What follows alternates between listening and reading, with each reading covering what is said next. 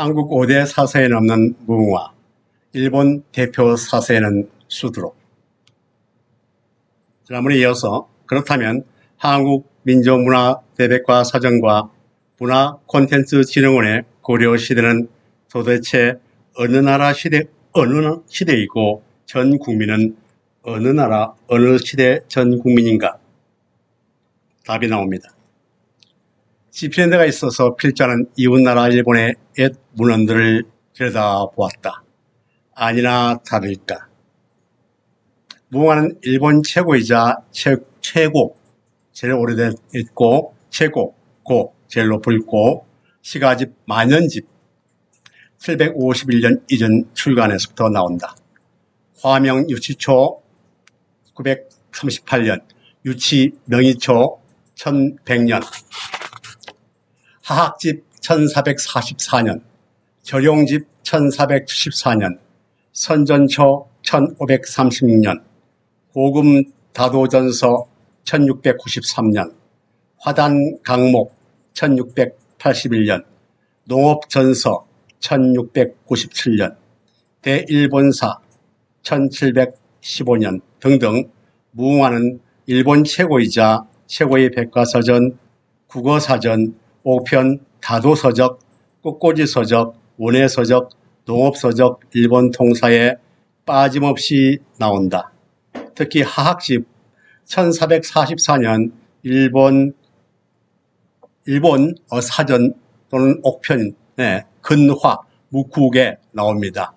그 묵국의 뜻풀이 기가 막힌 것은 우리나라 거의 모든 무궁화 관련 텍스트의 무궁화의 개요, 이걸 그냥 그대로 번역했어요.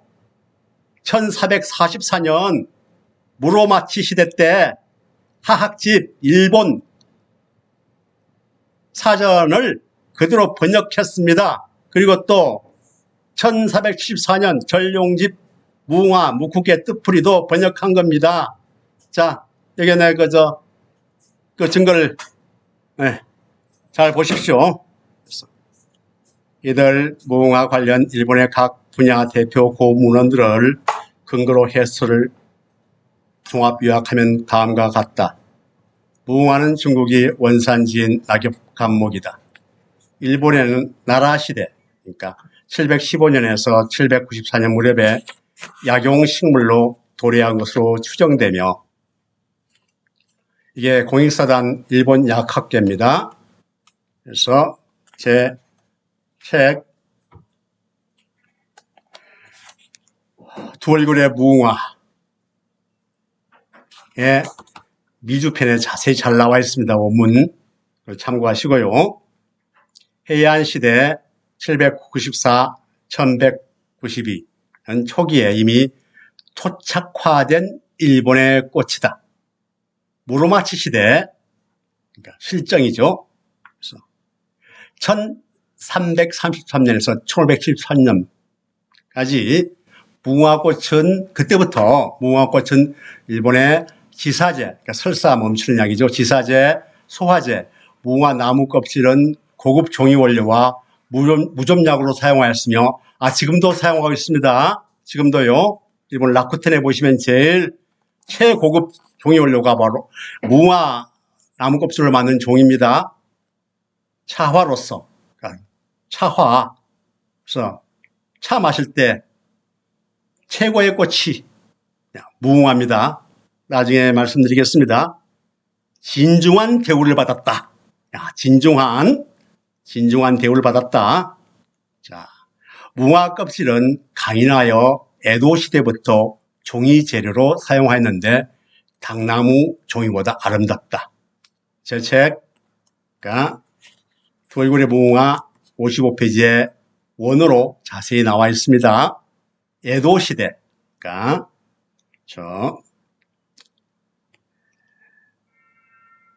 1603년에서 1868년, 도쿠가와 이에야스가 도요토미 가문을 쳐부시고 지금의 도쿄에 도읍이 아니라 막부를 설치한 그 강호시대, 에도시대 13년부터 많은 원예 품종으로 만들어졌다. 무궁화 나무와 꽃은 에도시대 중반 18세기 초 무렵부터 게다근, 어망, 고급 종이원료, 무좀약의 원리로 사용하기에 일본 각지에 널리 재배되어 주요 농작물의 하나가 됐다. 이런 일본 대백과 전서와 일본의 차와 대사전에 나와 있는 것을 그대로 인용했습니다. 그래서 원문은 이 책 돌고래 무궁화 책 미주 21을 자세히 기록되어 있으니까 보시기 바랍니다.